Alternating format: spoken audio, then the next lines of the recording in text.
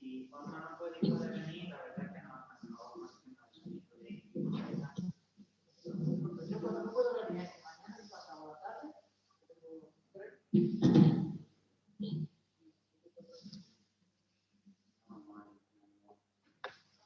bueno, el miércoles por la mañana la visita a los trabajadores. Sí, pero no es por ejemplo, me están pagando por eso.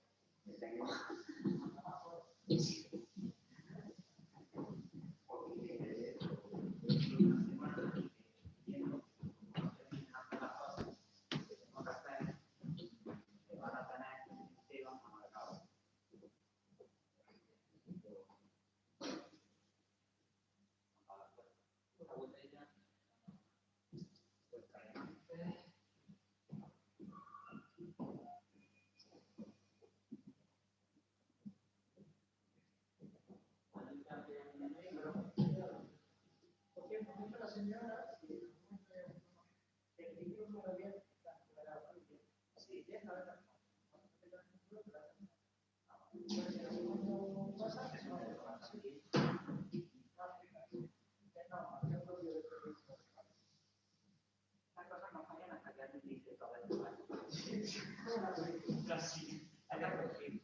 Hasta que alguien solo señala.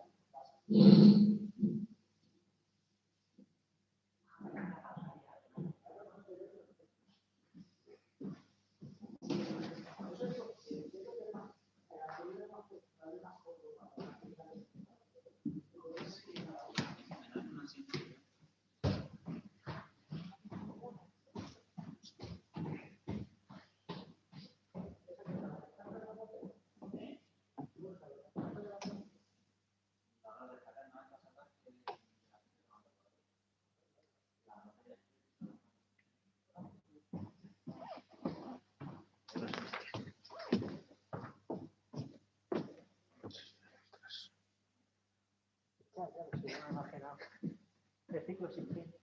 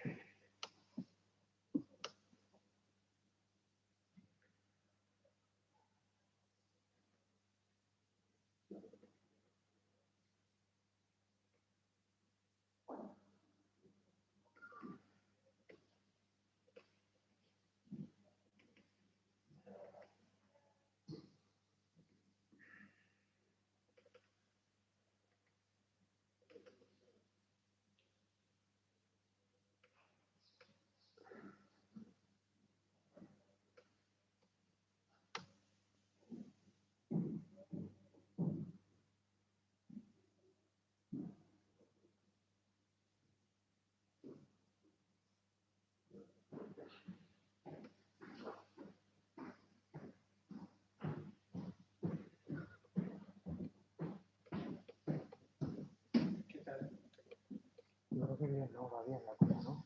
Creo que sí, ¿no? A ver, no se queja, ¿no? De momento. Se quejan más los de estos que se tienen que ir y venir a comer. ¿No? Claro, bueno. Se acostumbrarán. No, porque se como se trata de calmar. Sí, sí.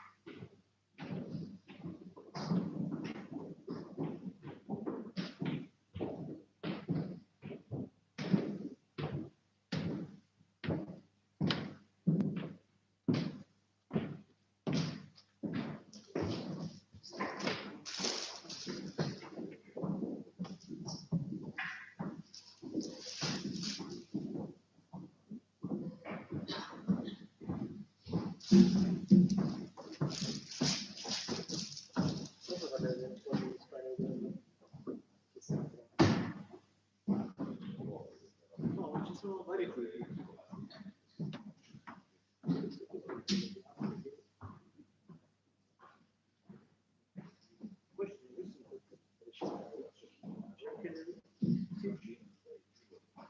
Esatto, proprio recenti.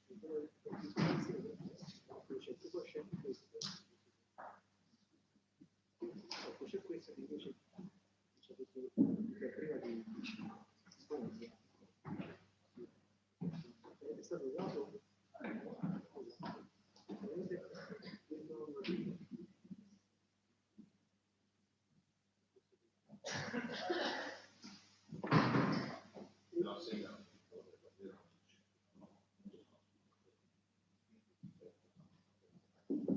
no, infatti no.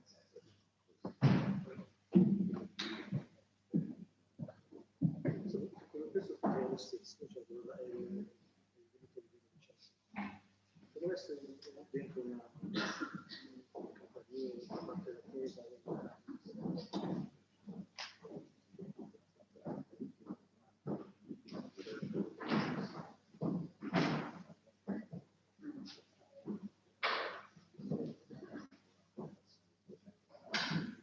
Questi sono quelli tre gruppi, cioè questo gruppo e poi ci sono gli altri due classici come il passato sastro, e quello di Bayran, quello normale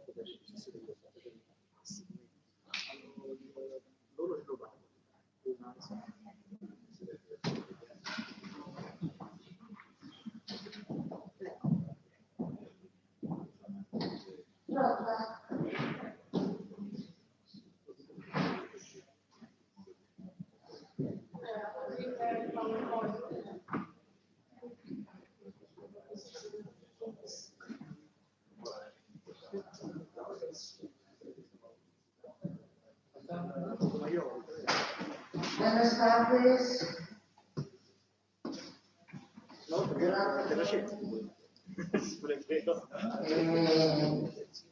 Vamos a dar inicio a la última sesión de esta tarde. La sesión, la última creo, no es la última de este ámbito temático de la cerámica, de los patrones de consumo cerámico, pero sí la última de esta tarde. Vamos a comenzar con la comunicación que nos va a presentar Alessandra MOLINARI, junto con Antonino MEO, Paola ORECCHIONI, Jasmine LUNDY y la propia Alessandra MOLINARI, Approcci, integrati per lo studio della ceramica medievale siciliana, forme, usi, abitudini alimentari, uno delle contenuto di ceramica.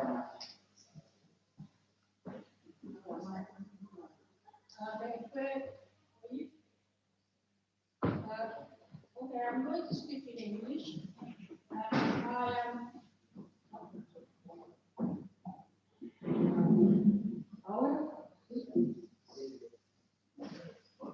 I'm going to speak in English, and I'm speaking on behalf of Antonino MEO, Paola ORECCHIONI, and Jasmine LUNDY, and they are the real author of the research.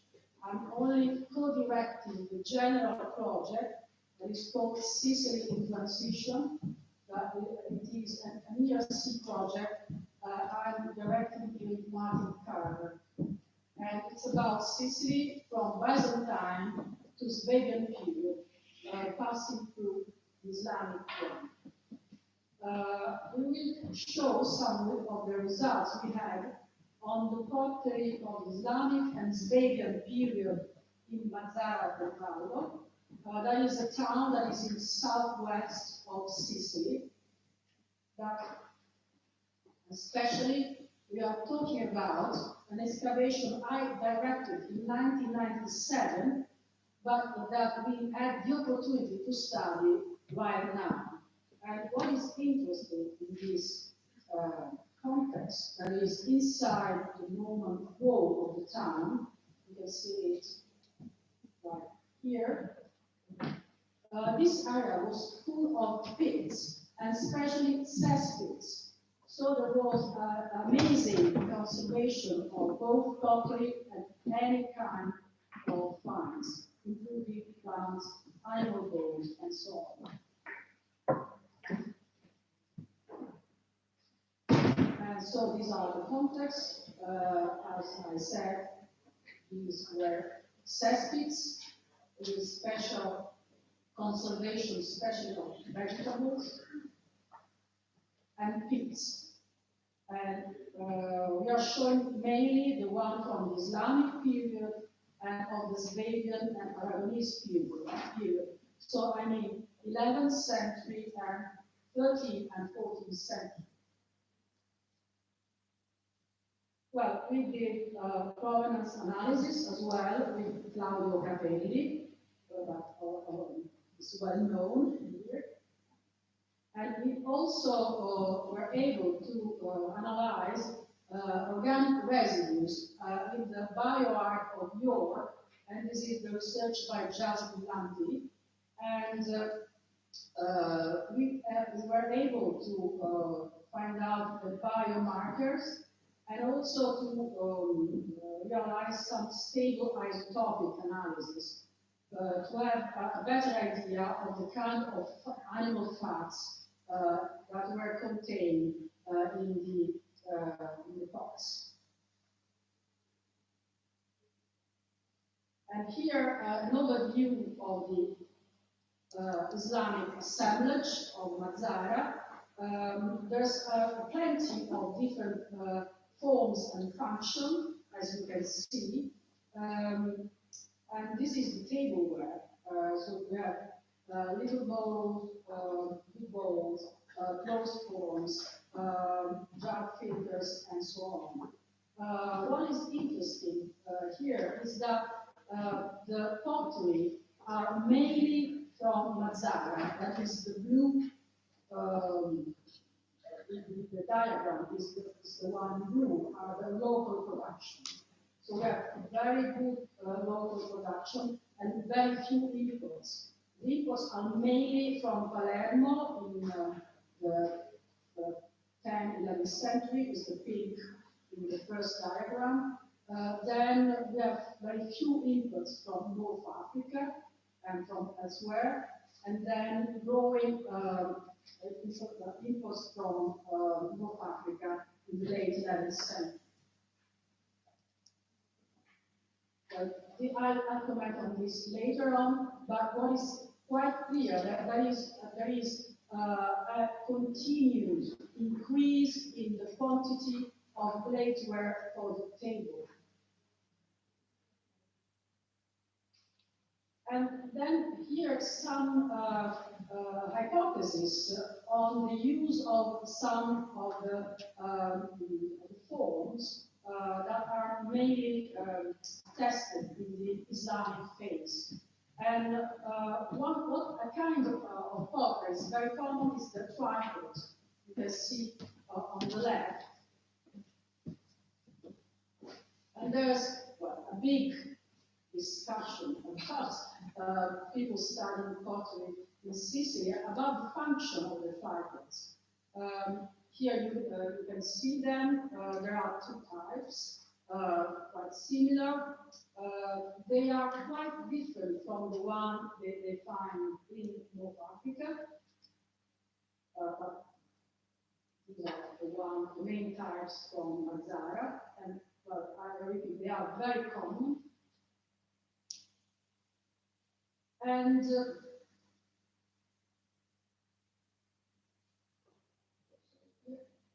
what is quite clear is the sign of the fire that are always in a certain part. Can you see?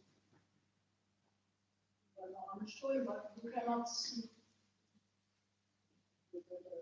the arrow. So the traces of fire are quite clear at half of the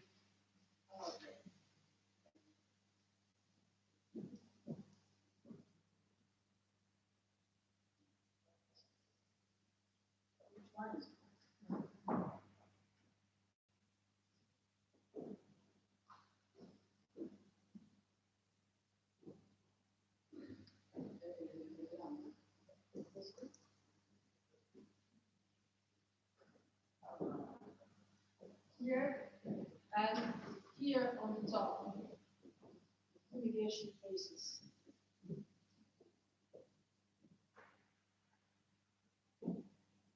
And other vessels, they still have traces of fire, clearly traces of fire of the use, not post-use. And you can see it's very different forms that are not necessarily cooking pots. So the hypothesis, and here also this kind of basin, So the hypothesis Antonino MEO did is that, that these tripods were used on the table to cook, sometimes to cook or to keep warm foods on the table.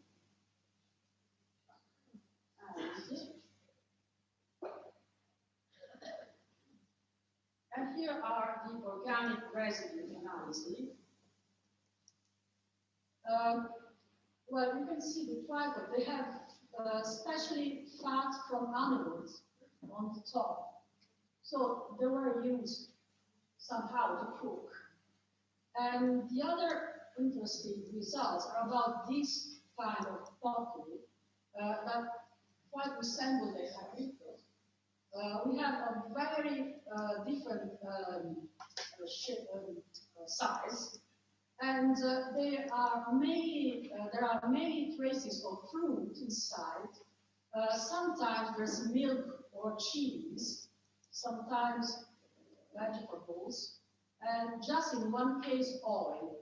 The problem with oil that is not that common, it's quite difficult to detect it. So we are not sure if there was more oil, but generally the fats that are present on the pots are mainly of animal origin. So there's a big question about the use of olive oils. That was not that common, we suppose. And the kitchenware, well, in Mazara, the kitchenware is made in different shapes, mainly closed one, but also open ones. And what is interesting, they are handmade in urban area and suburban area, but three different ateliers. And what is interesting, that where they have different use. So it's handmade, different shapes and different uses. And some of them, well, I will see later.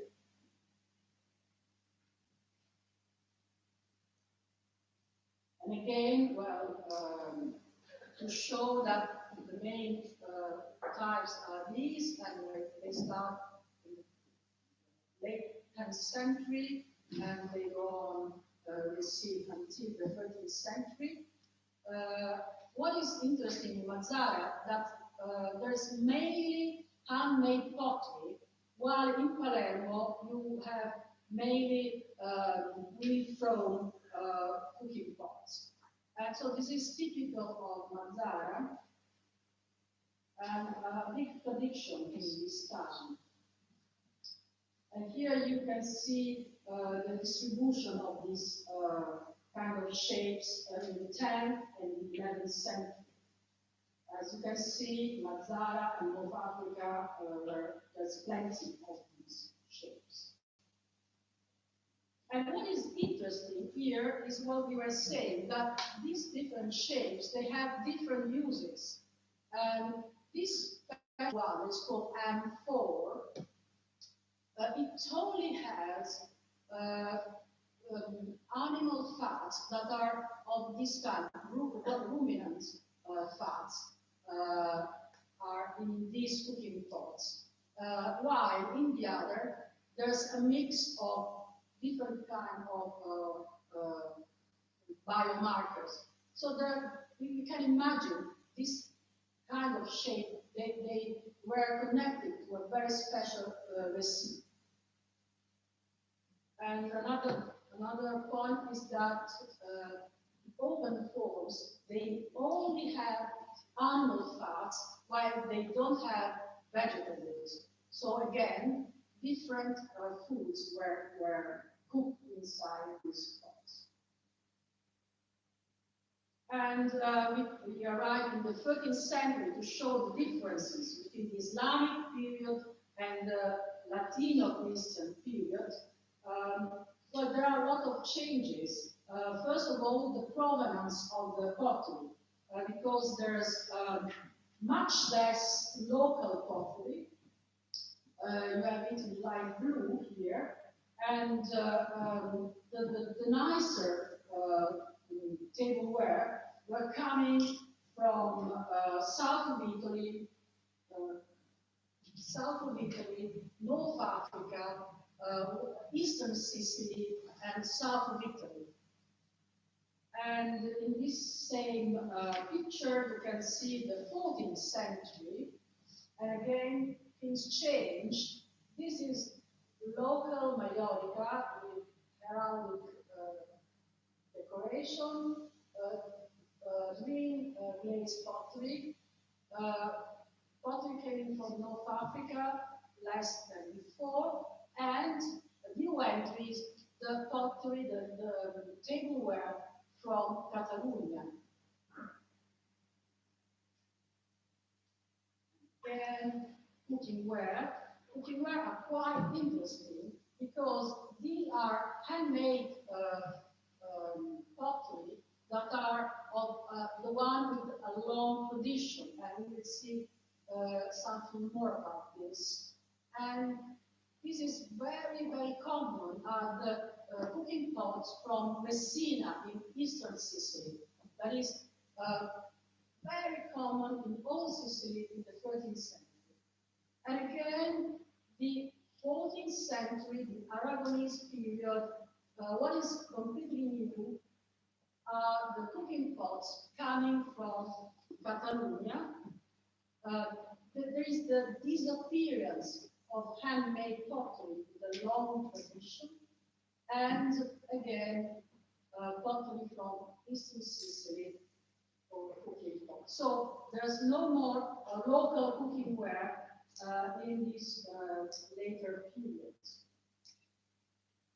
And here you can see the cooking pot from Messina that are found almost everywhere. Messina is here.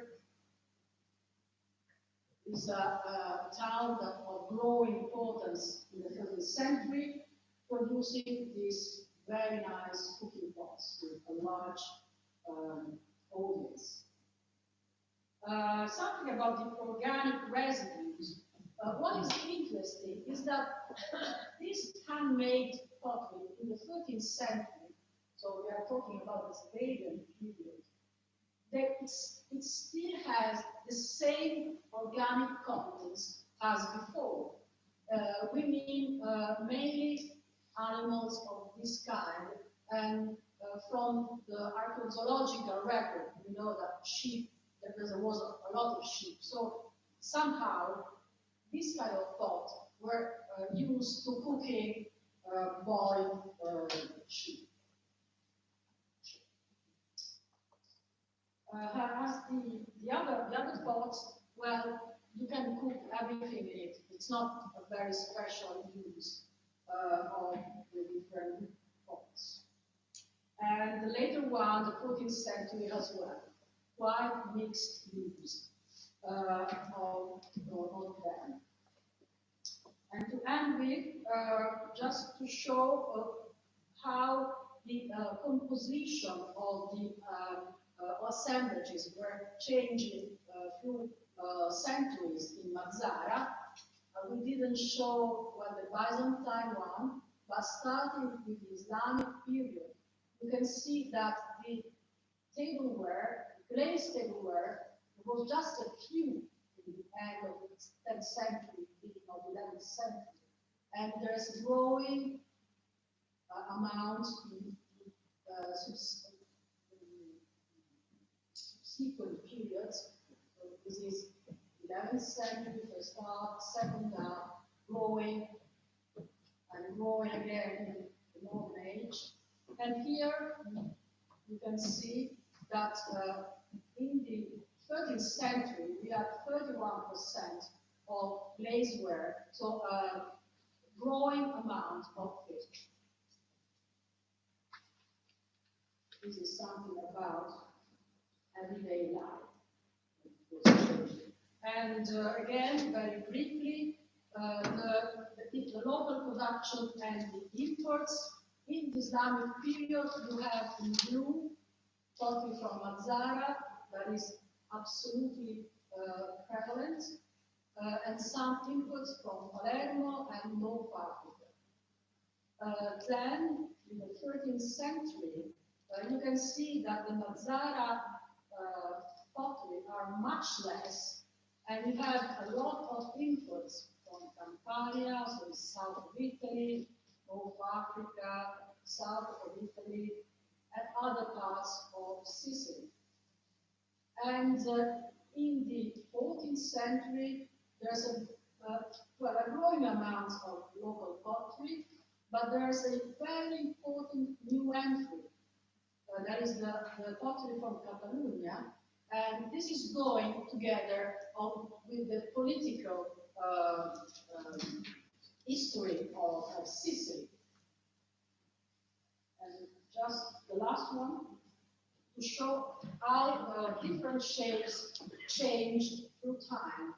Some shapes disappeared with the Norman period. So these shapes are typical of the Islamic period. Tripod, this kind of carritos. Well, the only one that is continuing is the water filter jar. It's continuing all over the time. Some of the Islamic shapes, well, they go on, but they change in shape. The thing is that small bowls for individual use are increasing in this Bayran period. And we saw the handmade cooking pot, this shape, and this is known from the Islamic period and before, and continuing until the 14th century. Here there's disappearance of this kind of shape that was used, to cooking non-ruminant boiled meat, and was handmade in its own. And this disappeared here. We don't know if this is a cultural change or economic change. I think it's more an economical and cultural change again, together. These shapes, they stop in the Islamic period. This one started here and goes on. So finally, I think we were able to illustrate how cultural and geopolitical and economic factors can have a big influence on the overall assemblages of pottery and of their use. So thank you very much.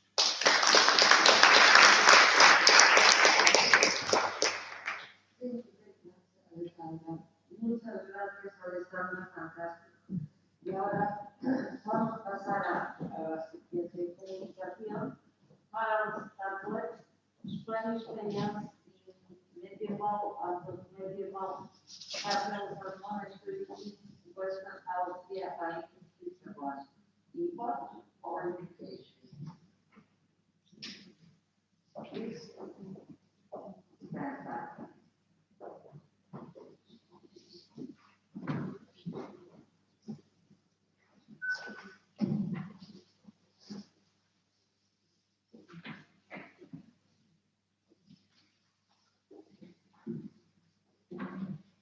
So thank you for having me here in this wonderful country, in this great Granada, and in this tremendous aula here. Dear colleagues, I have been waiting for this moment for almost 30 years, waiting for the opportunity to present these ceramics, which are extremely rare in Western Austria and Eastern Switzerland, here at its possible place of production in Spain. I would like to clarify my title in a moment, and as you can see from the new heading, speak of Spanish lustreware, Hispano-Moresque ware, or Locha Dorada Clásica. My paper is divided in 3 parts. First of all, I would like to give a brief introduction to the region and its ceramics from the 13th to the 16th century. Second, then I will briefly introduce the individual sites and the corresponding findings of the ceramics and the dating in the excavation context. And third, the conclusion is an attempt to investigate which social classes bought and used this commodity, how it was possibly negotiated to Austria and Eastern Switzerland, and whether it was imported or an imitation. These three slides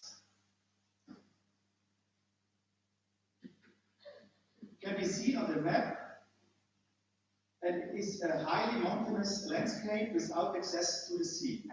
The distance between the site and the possible place of manufacture is more than about 2,300 kilometers. The development of the ceramics in the region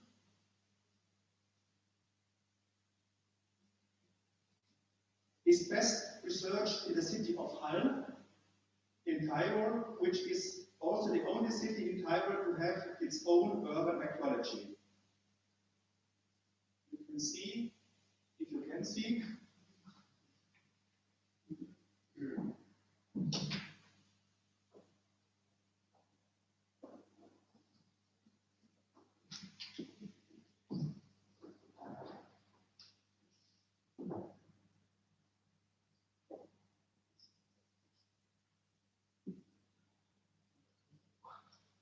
you can see on this slide the pottery of the 13th century, and you see they are almost exclusively producing fire pots without handles, which can sometimes be equipped with a tripod here on the left side. In the 14th century, begin vessels with handle and three-legged pots with double handle, as well as early forms of graphite clay ceramics as ceramics with rapid admixture here in the middle, and especially this one. From the second half of the 15th century, the oxidized, simply fired goods with glaze usually begin green or brown, and there is a variety of shapes with jugs, lids, bowls, special shapes, such as sticky pack boxes, light bowls of various hand shapes. You can see it here, the variety.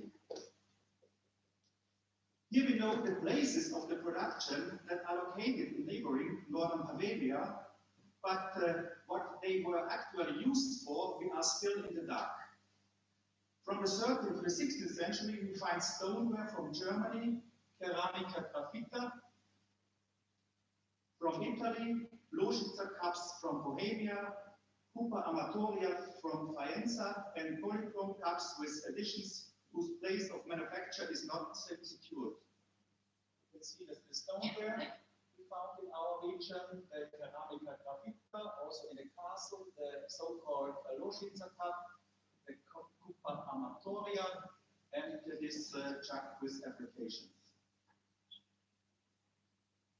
Now follows an overview of the possibly imported goods of Spain, so that you can get an overview of the quantity. We have only 6 pieces and the state of preservation.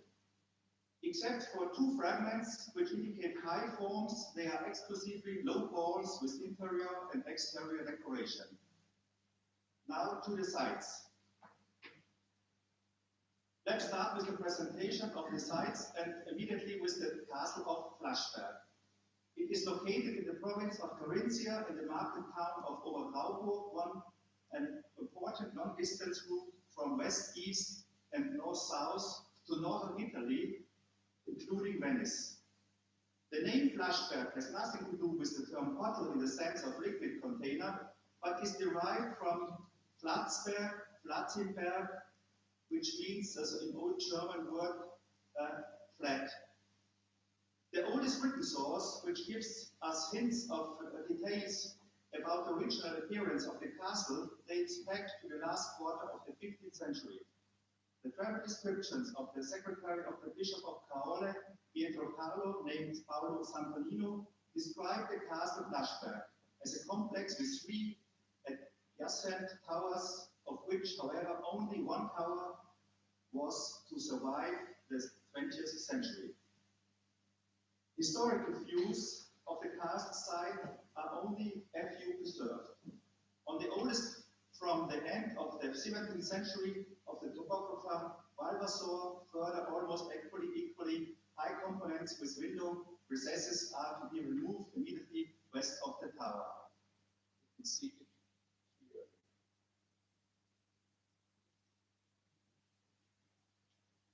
From 1992 to 1995, archaeological excavations took place in this tower. The research focused on the most prominent part of the above ground preserved building, which was formerly used exclusively for military purposes.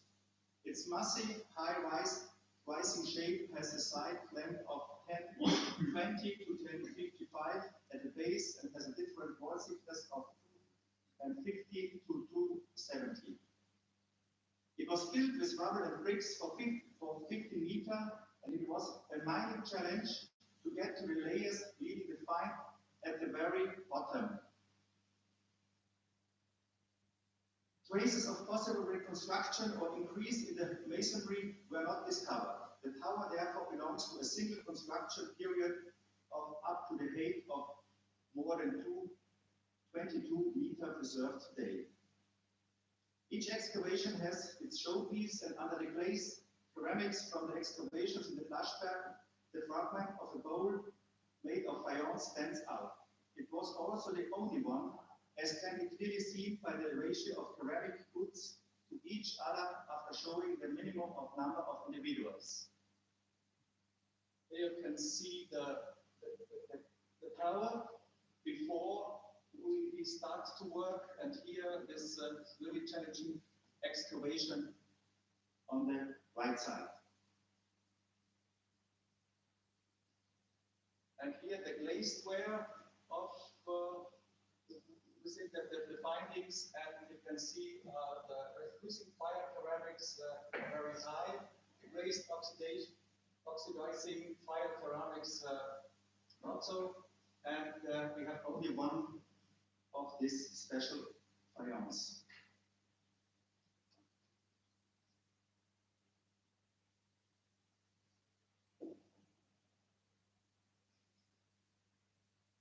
Of the original two opposing handles, only one has been preserved. This triangular molded handle flap shows traces of post-processing with the knife, especially on the narrow sides.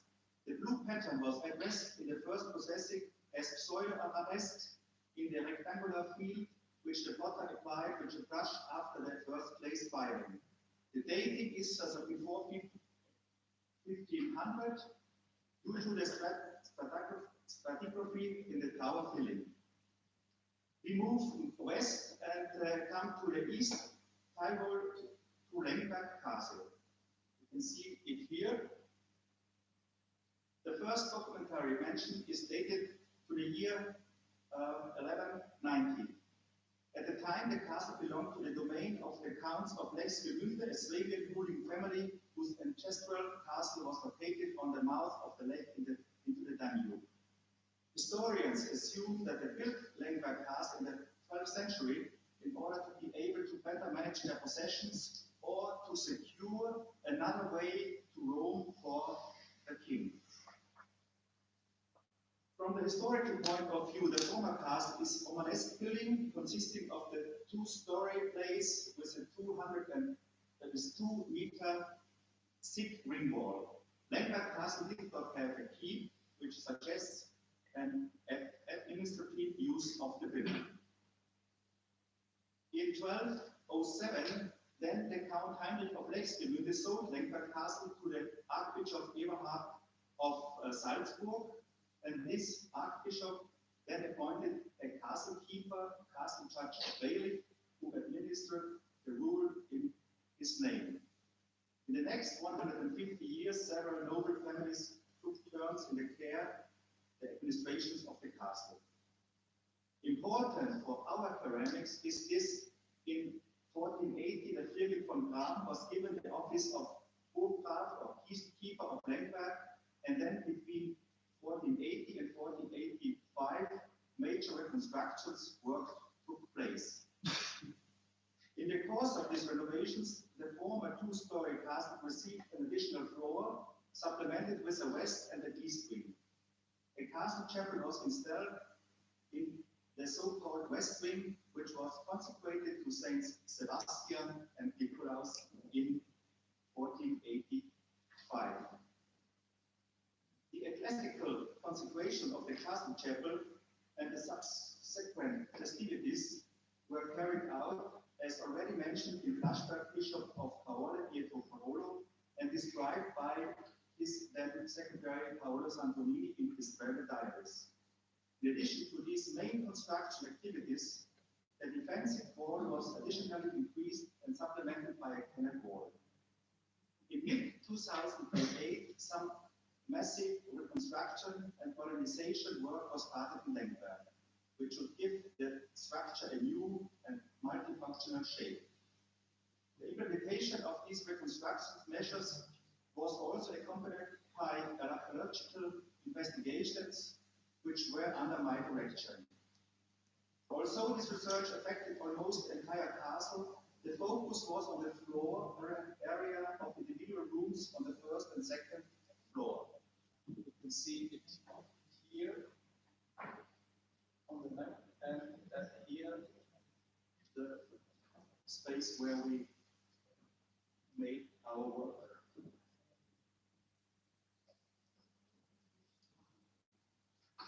On the second floor, under the floor of a room located in the south wing, a vaulted gusset filling was discovered and researched between the wooden floor and the upper edge of the barrel of the room below it. The vault gusset filling, consisting of about 25 square meters of dry sediments, was divided into different layers. 5 different horizons were found. And you can see here the wall, and here the different layers, and most of the findings have been in the red one. In the main layer of finds marked in the red in the foil, numerous important organic finds, about more than 30,000, were made, including wooden objects and various items of clothing as underpants, brass, which were very well preserved thanks to the dry location. In addition to other artifacts such as ceramics, glass, non-ferrous metal, and iron objects, silver and copper coins, stove ceramics and crockery ceramics were also discovered. In the next foil, you can see a section of the finds that were discovered in 2009 without sifting, including a one-hand flute made of wood, straw hat basket for collecting threads, about 12 complete shoes, and fragments of more than 1,500 shoe fragments made of leather. It is another task in terms of scientific processing of these mass finds. That is why I founded the Lenkberger Forschungen zur Mittelalterarchäologie with 5 volumes already published. Another on the exciting textile finds is in preparation. The emergence of this layer is associated with the reconstruction work in the 3rd quarter of the 15th century mentioned by Paolo Antonino in his diaries. One of the hypotheses for these mass finds is that these materials may have been taken from one or more garage tanks to fill the empty space between the floors. The oldest finds from the filling date from the 12th century, the youngest from the 15th century, which would support the thesis above. Among the ceramic stock, a fragment found, especially because of its shape and special decor. It is a small bowl with opaque white thin glazed blue floral painting and a grid of floral decor in copper, which was applied before the second fire. And the dating, the most recent finds from the gusset filling of the vault date from the late 15th century, especially before 1485. The 3rd site takes us to the eastern Switzerland, to the canton of Graubünden.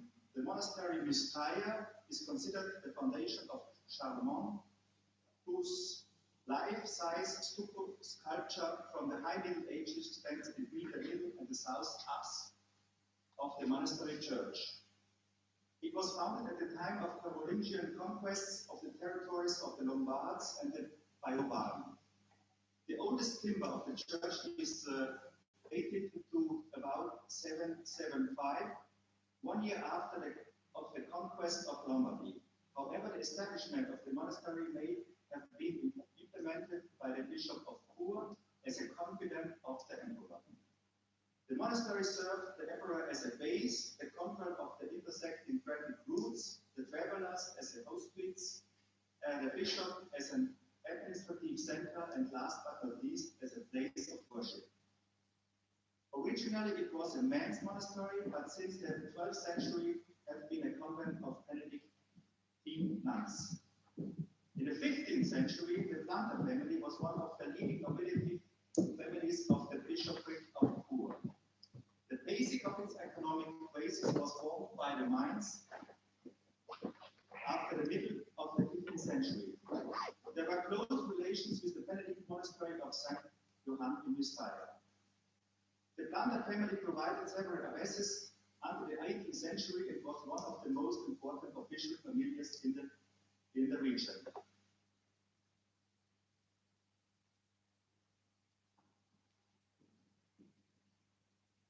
You can see the quality of the archaeological work carried out is shown in the next three folds, in which the bone finds and the non-ferrous metal finds and writing instruments are listed. It seems that there was no only monastic production in the certain goods, but the excavators suspect that small markets also took place in the courtyard of the monastery. And now to the found stock from the gusset fillings of the Planter keep. There are double-handled bowls with elaborate decor that has suffered from the fire event. Two other edges pieces cannot be assigned shapes, but also have clear indications of chandelier ceramics.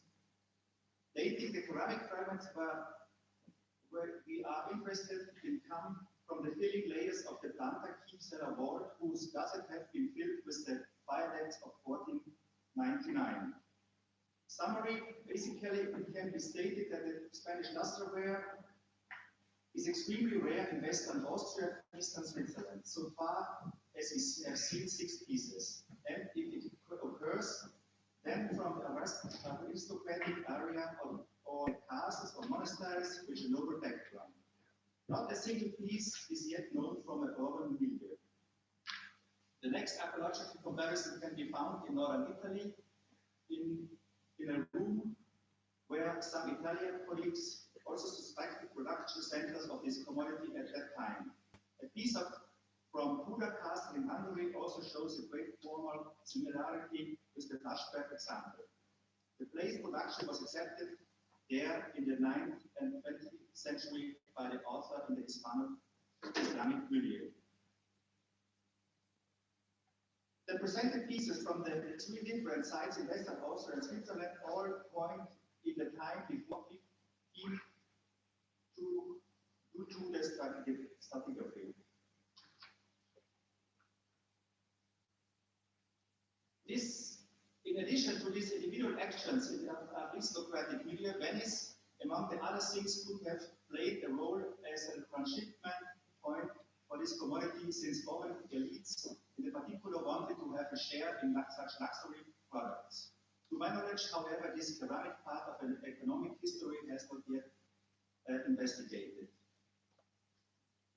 The thesis is also supported by written collections between the Tyrolean aristocracies and Spain, for example, between the Habsburg Ferdinand II and Philip II of Spain, because we know from a correspondence of the 16th century that soldiers were exchanged for ceramics as a horseback or made lusterware and exotics.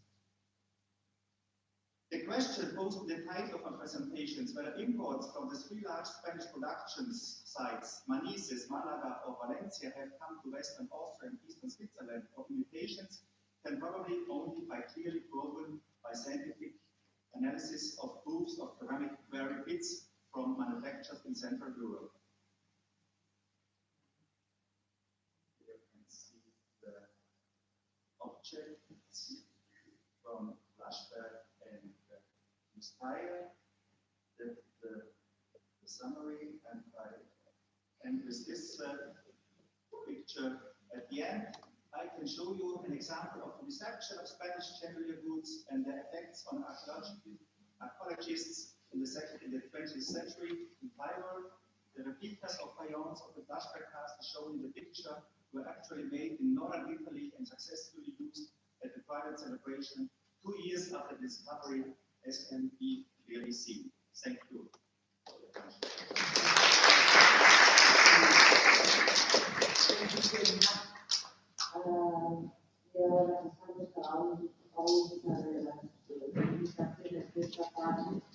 La de Joan NEGRE, Pablo GARCIA-BORJA, Miquel ROSSELLÓ y Miquel SÁNCHEZ.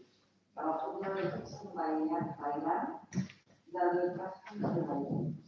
Análisis comparativo de los repertorios formales tanto Análisis postconquista en una fortaleza proturbana del área central del Sahara. Yo creo que por mucho que se quita luz, no mucho, pero ahora se ve hay como mucho contraste, ¿sabes? De hecho, podría quedar con más luz, ahora no contraste de 8 Buenas tardes, gracias por llegar hasta el final. Es un poco complicado después de 2 grandes trabajos como los que se han presentado, ya con un gran desarrollo y con años de trabajo en la tabla, justamente presentar un trabajo que está justamente ahora arrancando. Este trabajo surge principalmente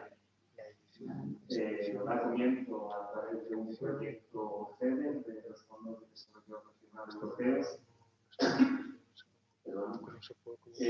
los cuales nos permitieron iniciar un proyecto sistemático de excavación y sobre todo de consolidación de un castillo como es el de Bayren, el cual no se había actuado sobre él nunca y el cual presentaba un estado de ruina bastante avanzado. Por lo tanto, este trabajo nos ha permitido iniciar al menos un proyecto de estudio de larga duración integrado dentro de un plan general de investigación que justo ahora empieza y que os presento los primeros resultados que como podréis entender, están preparados para ir avanzando durante los próximos años en más intervenciones y en un posterior desarrollo. El castillo de Bayren se encuentra en el municipio de Gandía, al sur de Valencia, justo en el límite de la provincia entre Valencia y Alicante. Los fondos FEDER han ayudado a poner en marcha este proyecto, pero gracias a estos fondos, como suele pasar en estos casos, el dinero llama dinero y una vez se ha ejecutado el fondo FEDER, han empezado a llegar otras subvenciones, hemos podido pedir otros proyectos y poco a poco estamos pudiendo avanzar en esta fase. La primera fase, la del año pasado, 2020, consistió básicamente en la retirada de escombros de prácticamente 500 años de abandono del yacimiento y la consolidación de todas las estructuras que lo alcanzaba. Y la segunda fase, que hemos empezado este año, ya consiste en un plan general de investigación arqueológico, en el cual hemos empezado por el reestudio de los fondos antiguos. Hubo un par de excavaciones en los años 90 sin ningún control. Además, el director de la excavación se mató en un accidente de tráfico mientras estaba excavando en el castillo, así que no había ni informes excavando en el castillo, así que no había ni informes ni memorias, simplemente 200 cajas de materiales abandonadas en un almacén. Entonces, el reestudio de sus fondos ha sido un poco la chispa para iniciar el proyecto de investigación que se ha visto complementada con las nuevas campañas de excavación. El año pasado se realizaron aproximadamente 4 meses de excavación dentro del proyecto FEDER y este año un mes más Se han retirado en total aproximadamente unos 1000 metros cúbicos de escombros y de nivel superficial, vegetal y arbustos, y en excavación aproximadamente unos 100 metros cúbicos en excavación. O sea que no sé si os hacéis la idea del volumen, pero es un volumen enorme de tierra que se ha tenido incluso que llevar lejos de la montaña, porque si no volvían a hacer una carrera dentro del yacimiento. Como todo proyecto de investigación puntual, en un caso de estudio muy específico, como es el caso, hemos buscado el paraguas, la protección, la integración dentro de un proyecto marco mayor que tuviese como objetivos los mismos que nuestro proyecto, que era estudiar una fortaleza que, si bien se tiene una ocupación documentada anterior, los restos constructivos de la fortificación se fechan durante la época de las taifas, con importantes reformas en el siglo XII, en época marranesí, y posteriormente en época medieval, y con una gran reforma en época cristiana que seguirá usando esa barrera de los hoteles. Esta fase general de ocupación de la fortaleza nos ha permitido documentar su secuencia estratigráfica completa en las intervenciones,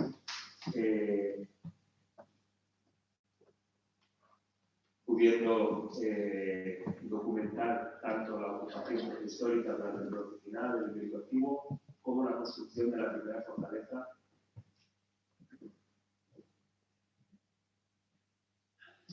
en época romana republicana, un castellum romano construido con piedras de tamaño ciclópeo, dos arcos de grandes dimensiones que se utilizaron para la construcción de un primer nivel en ese primer momento de ocupación romana en el territorio. Esta misma fortificación fue reutilizada después, en los siglos VI y VII, en un momento de bastante inestabilidad de este punto, que se encontraba en la frontera entre los dominios visigodos y bizantinos, en este momento de conflicto entre ambas potencias, hasta la consolidación ya en el siglo VI del reino visigodo en toda la línea de costa.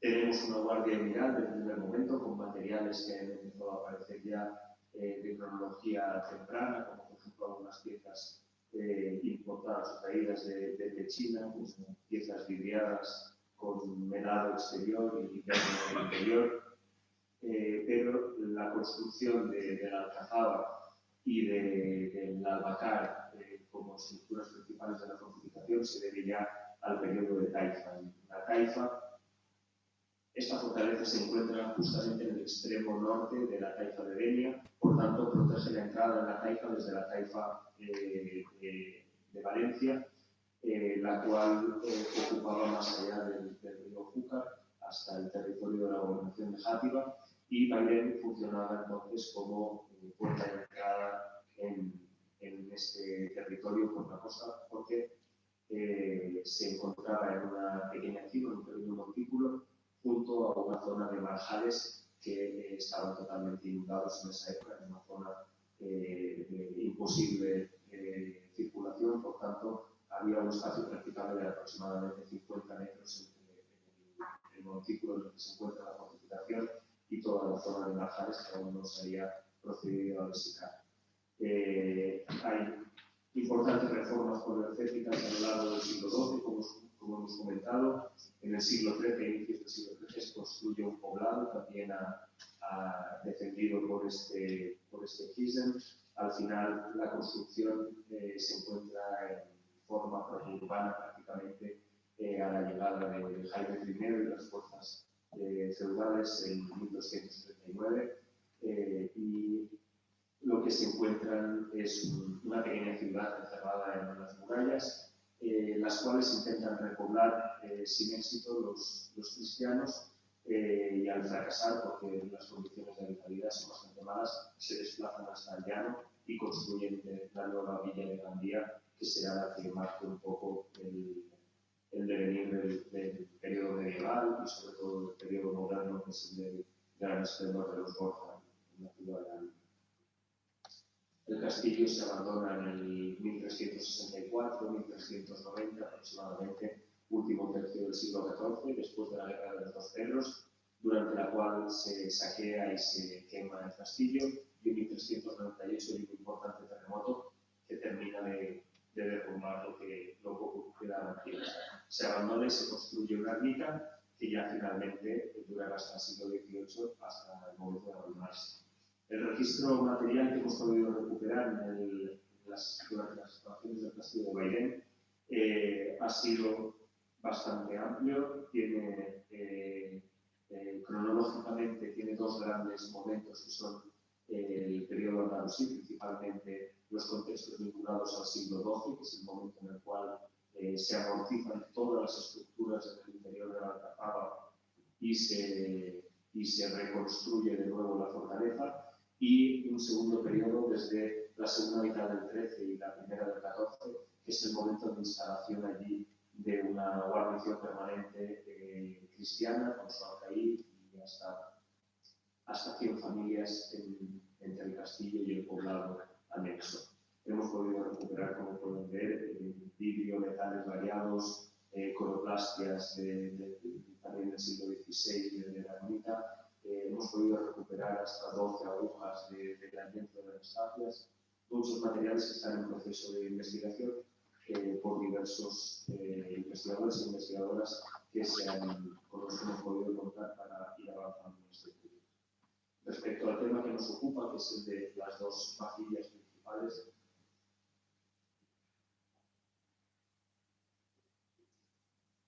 la vajilla andalusí y la vajilla cristiana, pasaremos rápidamente por las principales tipologías que se han podido documentar. No entraremos en detalle. En la publicación esperamos que el trabajo esté más desarrollado y poder presentar el conjunto también, más allá de como una descripción de materiales, con unas primeras conclusiones y unas primeras interpretaciones que al final es de lo que pensamos que trata la arqueología, el estudio de problemas históricos, sino de la mera descripción de los hallazgos. Sin embargo, en este estado de la investigación lo que tenemos son unas series que son, por ejemplo, la serie de ollas, las cuales podemos encontrar desde ollas del siglo XI, que son las más abundantes en los primeros registros, los registros vinculados al momento de construcción de la fortaleza, que quedan enterradas completamente en el momento de amortización y son absolutamente sustituidas por otras producciones más vastas, un poco más gruesas, todas con los mismos motivos repetidos constantemente de acanaduras en los cuellos, motivos estriados, incisos en la parte superior del cuerpo, y sobre todo con la aparición de asas, principalmente a partir de las producciones y los contextos del siglo XII. Las cazuelas mayoritariamente son cazuelas de paredes rectas y base plana, sobre todo están vinculadas a las fases del siglo XII-XIII, con vidriado interior, habitualmente en verde oscuro o pardo, y se ha encontrado un individuo bastante entero de cazuela ovalada, que puede tener una cronología anterior de pocos años. Se han encontrado muchos fragmentos, principalmente de cuerpo de tanur. Lo hemos identificado principalmente por sus marcas de exposición al fuego y por el exterior ligeramente alisado y el interior con marcas incisas para poder pegarse las harinas y las masas al cuerpo del horno. En cuanto a los aperifores, encontramos de muy diferentes producciones. Cabe destacar en este caso, en cuanto a las producciones andalusíes, una cuestión que ha sido bastante interesante, y es que las primeras producciones que encontramos, las de época califal, de finales del siglo X y inicios del XI, parecen provenir casi en su totalidad de los talleres de Valencia.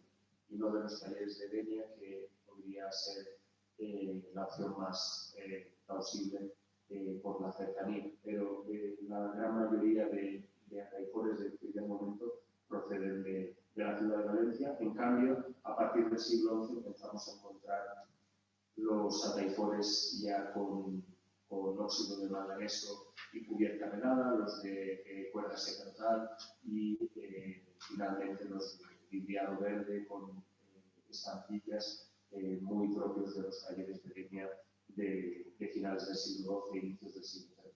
También encontramos la serie jofaina, que lo que presenta son unas formas y unas producciones muy similares a las de los ataifores, en tamaños más pequeños de entre 12 y 15 centímetros de diámetro.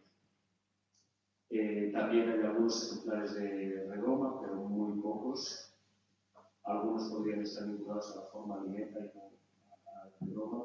También de jarro o jarra se ha podido identificar la gran mayoría de las producciones. Hay un número muy elevado de tipologías diferentes y de elementos en cada una de las tipologías. Es uno de los elementos más destacados del registro, por lo que consideramos que en gran parte habría una necesidad importante de almacenamiento de líquidos y de comestibles, ya que no hay ninguna fuente de agua cercana más allá de a los pies del castillo y de los perfiles de la propia fortaleza.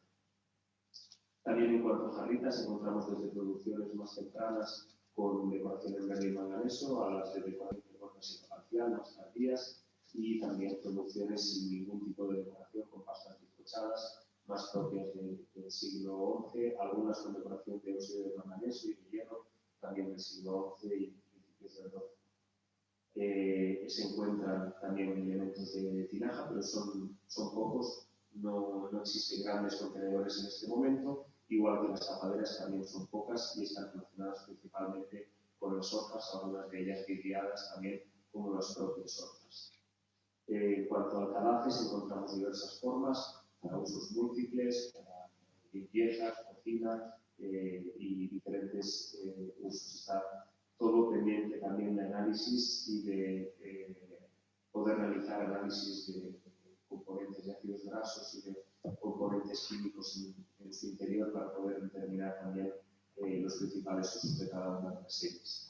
En cuanto a la iluminación, encontramos tanto candiles de tiquera como de pellizco como de pie alto, todos con decoraciones o con revestimientos en forma de cubiertas vidriadas. Principalmente en los de pie alto destacan las cubiertas turquesa, que son bien habituales en los contextos valencianos de época almohade, sobre todo aquellos que han sido, por ejemplo, bien estudiados como los de la calle Saúl o los de la ciudad de Bayren.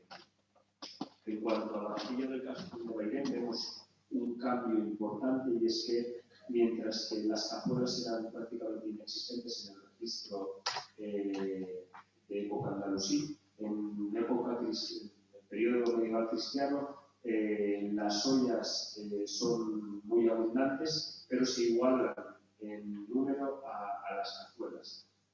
Las ollas ya presentan cuerpos con bordes de perfil muy abrupto, con recortes y ángulos muy cerrados, y igual que las cazuelas, que también presentan formas bien conocidas, incluso con tapaderas apropiadas para este tipo de recipientes. Aparecen de forma habitual en todos los contextos y su número es prácticamente idéntico al de las ollas. Parece que hay un cambio aquí en la manera en la que se cocinan los alimentos. La escudilla viene a sustituir sobre todo a la jofaina y principalmente a la taifor, porque no hay tantas jofainas en el yacimiento como para pensar en un uso individual, mientras que la escudilla sí que parece que sustituye ciertos hábitos de consumo de alimentos en los cuales se realizan de forma más individualizada a partir de este primer momento y no se comparte los instrumentos de consumo entre unas personas y otras. También se usan de forma indiscriminada tanto para alimentos como para bebidas. El tabac viene a sustituir la función de la taillefort como fuente principal de servicio. Encontramos piezas enteras de pichel, de jarro, que vienen también a sustituir antiguas formas andalusíes, pero que aquí se vuelven bastante estandarizadas, sobre todo para el servicio de vino. Los vasos, de los cuales tenemos un buen repertorio recuperado en proceso de restauración en el museo. Y la tinaja, que también empieza a diversificarse en sus formas, encontrando una mayor concentración de elementos para el almacenaje en el castillo. El castillo